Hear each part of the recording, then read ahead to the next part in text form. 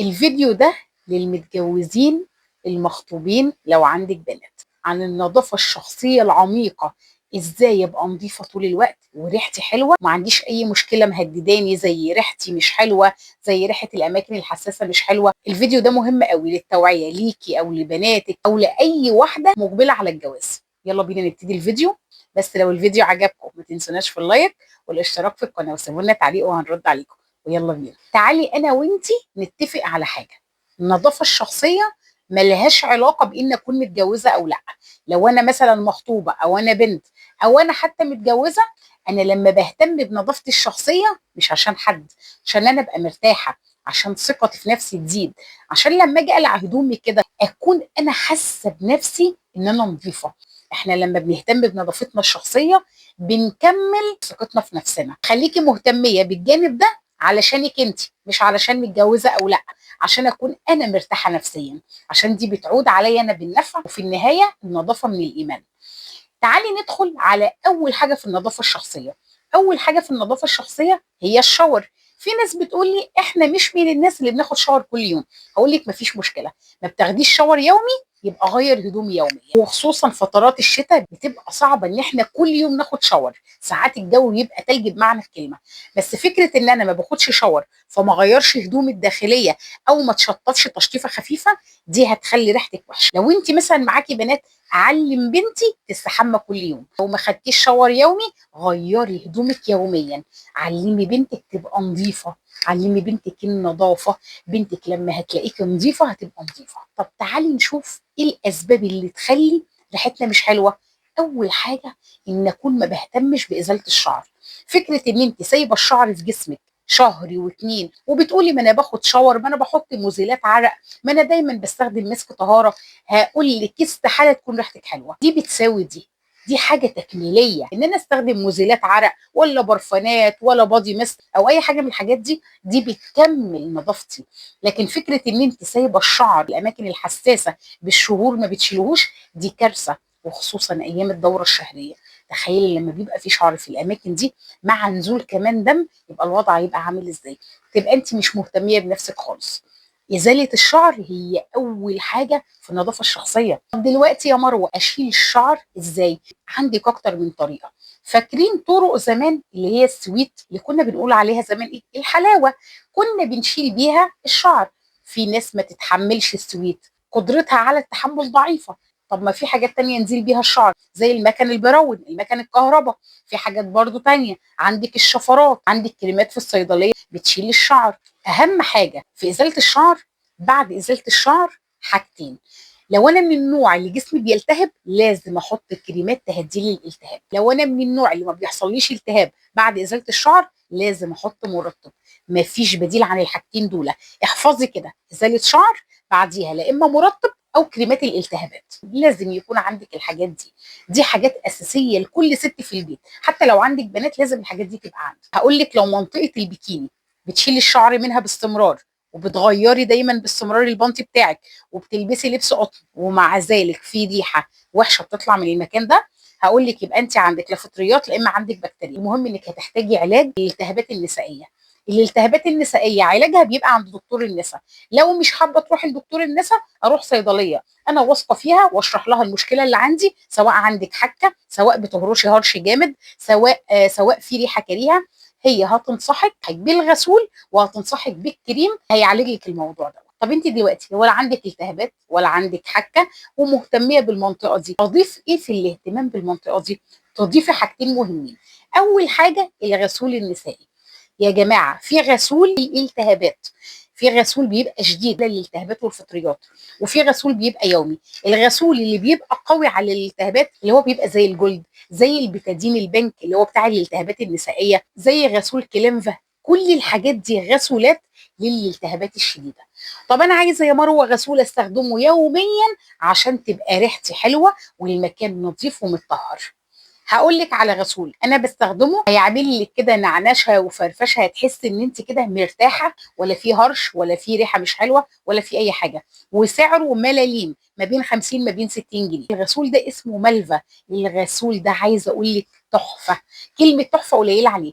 تحسي ان انت بتنتعشي انتعاش خفيف وفي نفس الوقت رخيص، وفي نفس الوقت بيخلي المكان ده دايما نظيف وريحته حلوه. فلازم يكون عندك غسول خفيف تستخدميه يوميا، ما تنسيش الحته دي. ندخل على الحاجه الثانيه اللي لازم تبقى عندك، سواء انت بنت سواء انت متجوزه، مسك الطهاره. لازم مسك الطهاره يبقى عندك روايح في السوق تختاري منها اللي يعجبك. عندك الرمان، وعندك المسك الابيض، وعندك الفراوله، عندك حاجات كتير تستخدميها في المسك. المسك ده بقى رغم ان هو مخصص للمناطق الحساسه، بس انا بنصحك ما تحطهوش مباشره على جسمك. اسمعي مني علشان جسمك ما يسمرش، ولو جسمك حساس ما تضمنيش ايه اللي يحصل معاكي. خليكي في الامان. امال استخدم المسك ده ازاي يا مروه؟ المسك ده عايزاكي تفتحيه كده زي ما انتم شايفين اهوت، وتاخدي الفرشه دي وتجيبي البنط بتاعك الاندر بتاعك وتحطي على الاندر بتاعك، وبعد كده تقفليه. ما تجيبهوش على جسمك نهائي، وبعد كده تقفليه وتلبسي البنط بتاعك. اتفرجي على الريحه اللي هتبقى فيكي، واتفرجي على الريحه تخليكي مرتاحه نفسيا طول اليوم. هتحسي طول اليوم ان انت ريحتك زي الفل. حتى لما هتيجي تقلعي الهدوم الداخليه هتحسي ان الهدوم نفسها ريحتها حلوه، وده في حد ذاته هيحسسك بالثقه في النفس. المنتجات اللي انا بستخدمها في الاهتمام بالنظافه الشخصيه، كنت مكلماكم على الحمامات المغربي. الحمام المغربي ما بيستخدمش يوميا. الحمام المغربي استخدميه مره في الشهر. الصابون المغربي استخدميه مره في الشهر. ما نهلكش جلدنا بالمنتجات دي حتى لو هي صحيه، حتى لو هترجع بشرتنا بيبي. تم ببشرتك بس بعقل، مش يوميا اجيب الحمام المغربي وافضل ادعك في جسمي لما يجي لي التهابات في جسمي. فكره الشاور ان انا انزل الميه الفتره على جسمي الاول. لو انا بستخدم شاور جل او بستخدم صابونه، مش الصابونه على جسمي. انا من النوع اللي بستحمى كل يوم امشي الصابونه على جسمي بالراحه، ارغي الصابونه وامشيها على جسمي واسيبها شويه على جسمي عشان تشيل الجلد الميت. واقف تحت الدش بتاعي، وبعد لما استحمى بقى ابتدي انشف جسمي. مفيش حاجه اسمها ما انشفش جسمي علشان جسمي يبقى مترطب. لو سبت ميه الحمى على جسمك معناها ان جسمك هيطلع ريحه وحشه. طب انا بعد لما استحمى اطلع على طول بعد ما انشف جسمي؟ هقول لك لا، هنحتاج نحط زي الزيوت بتاعه الاطفال. زيت الاطفال عباره عن ميه، حاجه كده هوا. انا قلت لكم قبل كده جيب زيت الاطفال واحط عليه المسك وارجه كويس، وبعد الحمى بستخدمه. بيخلي بشرتي جلو وناعمه طول الوقت. طب انا ما بحبش الزيوت، ما بحبش الزيت احطه على بشرتي. احط ايه يا مروه؟ احط الكريمات المرطبه اللي هي البادي لوشن. اروح الصيدليه واسال على اسعار الكريمات البادي لوشن اللي بتتحط على الجلد، واشوف السعر اللي يناسبني وابتدي استخدمه. الحاجات دي هتفرق في جسمك قوي، وخصوصا لو انت معديه ال 40 سنه. جسمك محتاج عنايه اكتر، محتاجه اهتمام، محتاجه ترطيب عالي. ما تهمليش الترطيب بعد الحمى. ندخل بقى على الجزء الثاني المهم قوي، فكره ان انا بحب اهتم ببشرتي.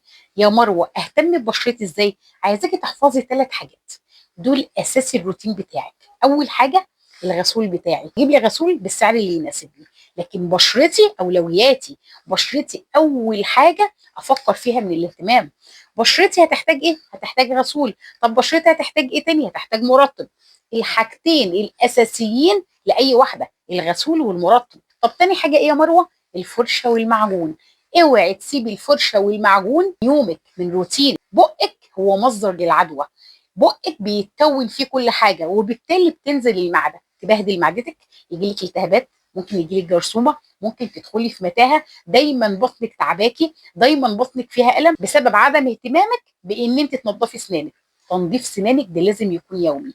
وكنت مكلماكم برضو قبل كده هي المضمضه بتاعه البق اللي بتطهر البق، دي استخدميها بالليل وانت داخله تنامي. طب يا مروه انت قلت لنا حاجتين، ايه الحاجه الثالثه المهمه اللي لازم امشي عليها يوميا؟ الوضوء. 3 حاجات: غسول البشره، الفرشه والمعجون، الوضوء. دول 3 حاجات بقوم من النوم لازم اعملهم. الغسول اللي بستخدمه اهوت وجبته لكم المره اللي فاتت اللي اسمه كيرالي سال. الغسول ده تحفه، روعه، سعرا مقابل الفايده اللي انت هتحسيها معاه، وخصوصا مع الاستدامه عليه. الغسول ده ب 200 وحاجه، 220، 230 في الحدود دي. بس عايزه اقول لكم ان انا الشهر ده حبيت اغير الغسول رغم ان هو ما اثرش في حاجه، وغسول تحفه. في غسول واحده صاحبتي استخدمته وشكرت لي فيه قوي، فحبيت ان انا اجربه، بس الاساسي هيبقى عندي هو الغسول دوت. بصوا احنا قاصينه ازاي، لان في حصل مشكله هنا واحنا بنفتحها وبننزل الغسول، فاضطرينا نقصه عشان ناخد منه. والسبب الرئيسي اللي خلاني اجرب الغسول دوت هو ان انا كان مكتوب لي من دكتوره جلديه المرطب بتاعي، فبشرتي بتفرز على طول حبوب، وخصوصا في الزون دوت، فدايما بكون حريصه على المرطب اللي انا استخدمه ما يطلعليش حبوب زياده، لان بشرتي مش مستحمله اصلا.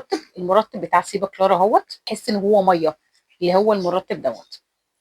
بس للامانه المرطب ده سعره عالي، المرطب ده مش هقدر اجيبه كل شويه، يعني لو خلص اكيد فتره مش هقدر اجيبه، لان المرطب ده معدي 300 جنيه، فاستحاله ان انا هجيبه كل شويه. انت لو معاكي ميزانيه لمرطب بتعدي 300 جنيه، انا عايزاكي وانت مغمضه تجيبي مرطبات سيبا كلار. كلمه تحفه كلمه قليله عليهم بجد. بخصوص الغسول بتاعهم قبل ما انسى، الغسول طلع جميل وطلع بينظف البشره جدا، لكن انا بالنسبه لي الغسول اللي انا ماشيه عليه اللي انا وريته لكم ده اساسي عندي، فلو انا هعمل مقارنه ما بين ده وما بين ده، بصراحه همشي على كلاري سال. تعالوا بقى ندخل على الغسول ده غسول مصري اسمه ستارفل. الغسول ده كان مكتوب لي من دكتور جلديه من سنين، من حوالي 5 سنين كده، وكنت ماشيه عليه. سعره اول ما جبته كان 80، بعد كده بقى 100، بعد كده بقى 120، هو لسه في الحدود دي برضه، في حدود 120 130. بالامانه شركه ستارفل اول ما نزلت منتجاتها كانت ما يعلاش عليها، بصراحه كان الغسول بتاعهم ولا كلمه. بس مع الوقت لاحظت ان الغسول بقى ميه اكتر وما عادش بينظف زي الاول، لكن مقارنه بالاسعار بتاعت الغسولات اللي في السوق، يبقى ستارفل احسن واحد فيهم. ده بجيبه لبناتي لان هو خفيف قوي وسعره كمان بسيط، وبصراحه مريحه في الاستخدام. الحاجات التانيه اللي في ستات كتير بتشتكي منها او بنات، تقول لك انا بيحصل لي مشكله تحت البرا، بس ان تحت البرا بيحصل لي غمقان وبيحصل لي احتكاك، وساعات بفضل اهرش وبعدها بلاحظ ان المكان اسمر. ايه سببه؟ سببه الاحتكاك والعرق. طول ما في عرق في المنطقه دي، طول ما هي معرضه ان هي تسمر. طب احمي نفسي ازاي يا مروه؟ احمي نفسي بالبودره. البودره دي اساس حياتك لو انت من الناس اللي بتعرق في المناطق دي عرق شديد، وممكن كمان تحطيها تحت الباط عندك عشان ريحتك تبقى حلوه وما يبقاش في احتكاكات، وبالتالي ما تسمريش. من الحاجات التانيه اللي عايزاكي تهتمي بيها، ويمكن في ستات ما بتركزش فيها قوي، هي رجليكي. رجليكي هي عنوانك. طب احافظ على رجلي ازاي؟ عندك حاجتين. لو انت معاكي امكانيات تروحي للصالون ويعمل لك باديكير ونظافه لرجلك، توكلي على الله. لو انت من الناس اللي بتحب توفري وعايزه تعملي تنظيف رجلك في بيتك، هقول لك على طريقه هتدعي لي عليها. انا عايزاكي تجيبي طبق فيه ميه سخنه على قد ما تتحمليها، وحطي فيها خل تفاح. هو ممكن نحط خل ابيض، بس بصراحه نتيجه خل التفاح اعلى بكتير من الخل الابيض العادي. ما عندكيش خل تفاح، حطي خل ابيض، وحطي شويه شاور جل، وحطي كربونات، معلقه كربونات، وحطي رجليكي بقى. امسكي التليفون بتاعك، اسمعي لي كده فيديو، وسيبي رجلك نص ساعه ربع ساعه في الميه دي. ما هتشيلي رجلك كده من الميه وتجسي رجلك، هتلاقي رجلك نفسها من تحت بقت طريه كده، عامله زي الاسفنجه. واول ما هتلمسي كعب رجليكي هتلاقي في جلد ميت بيطلع. عايزاكي تحضري معاكي المبرد بتاع الرجل، عايزاكي تشيلي رجلك من الميه وتبتدي تبردي جامد المكان بتاع الكعب بالذات، اكتر من قدام واكتر من الجناب. وبعد لما تبردي مره اتنين تلاته كده تمام قوي، وقفي. حتى لو في جلد ميت تاني ما تكمليش عشان رجلك ما تتعورش، وخصوصا لو انت مريضه سكر. خلي بالك قوي وانت بتعملي رجلك، لو انت مريضه سكر الموضوع يبقى بالراحه قوي. هاتي الجليسرين اول ما تخلصي رجلك، هاتي جليسرين، ده جليسرين نقي جايباه من الصيدليه، وابتدي دهني رجلك كلها جليسرين، وابتدي البسي كيسه. عندك كيسه البسيها، عندك الشراب السيليكون البسيه، اي حاجه عندك البسيها ومشي حالك. خلصنا بقى ودهنا الجليسرين في رجلينا، اصبر بس كده ربع ساعه. خلصت الربع ساعه، ادخل على الحاجه الثانيه، اجيب الحاجتين دول. اجيب حاجه اسمها كرباميد.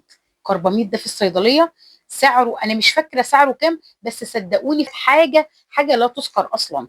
تجيب الكرباميد دوت وتبتدي تدهني كعب رجلك كويس، وتدهني رجليكي كلها بنقطه صغيره، ما تزوديش قوي، وتسيبي رجلك لما تشربه. بعد لما رجلك شربته تجيبي لونه للتشققات من الصيدليه برضو، وتبتدي تحطي لونه ده على الاماكن اللي في رجلك، الاماكن اللي كانت ناشفه قوي، الاماكن اللي كانت فيها كده زي تجاعيد او خطوط. ابتدي دهني رجليكي والبسي الشراب السيليكون وادخلي بقى نامي. لو وراكي حاجه روحي اعمليها. اعملي الموضوع ده مرتين بس في الشهر، وتفرجي على نعومه رجلك وجمال رجليك. عشان نكمل بقى بقيه الشياكه وبقيه الدلع وبقيه الجمال، روح للعطار واجيب منه العكر الفاسي، اجيب ب 10 جنيه، او اجيب من عند العطار دم الغزال ب 10 جنيه، واسيبه عندي في علبه كده صغيره وتبقى عندي موجوده في البيت دايما. اخد منها نقطه على نقطه من الكريم دوت، وابتدي ادهن بقى على كعب رجلي، عشان لون كعب رجليكي يبقى وردي، تحس ان رجليكي فيها الدمويه، تخلي شكل رجلك تحفه بالحركه ديت. من الكوارث اللي الامهات بتعملها، او ممكن واحده تعملها في نفسها، ان هي تعتمد على الشاور وتطلع تنزل بقى وتخرج وتعيش حياتها. حطيتي مزيل عرق، تقول لك لا انا لسه اخده شاور ماليش ريحه. اوعي تعملي الحركه دي. مزيلات العرق اساسي عندك. انا ما انزلش من بيتي الا مزيل العرق انا حطاه، هو اللي يحميكي طول اليوم ويخلي ريحه هدومك زي الفل. انا جايبه مزيل عرق عباره عن استك اهوت، تبتدي تمشي بقى تحت باطك كده بالديودرنت دي، وتخليها خاصه بيكي. دي ما ينفعش حد يستخدمها، لا مكانك ولا تاخدي بتاعت حد. حتى ولادك تجيبي لهم برضو مزيلات العرق دي اللي سعرها كويس من شركه مضمونه، ويبتدوا يستخدموها. مهما تكوني نظيفه هيطلع لك ريحه عرق.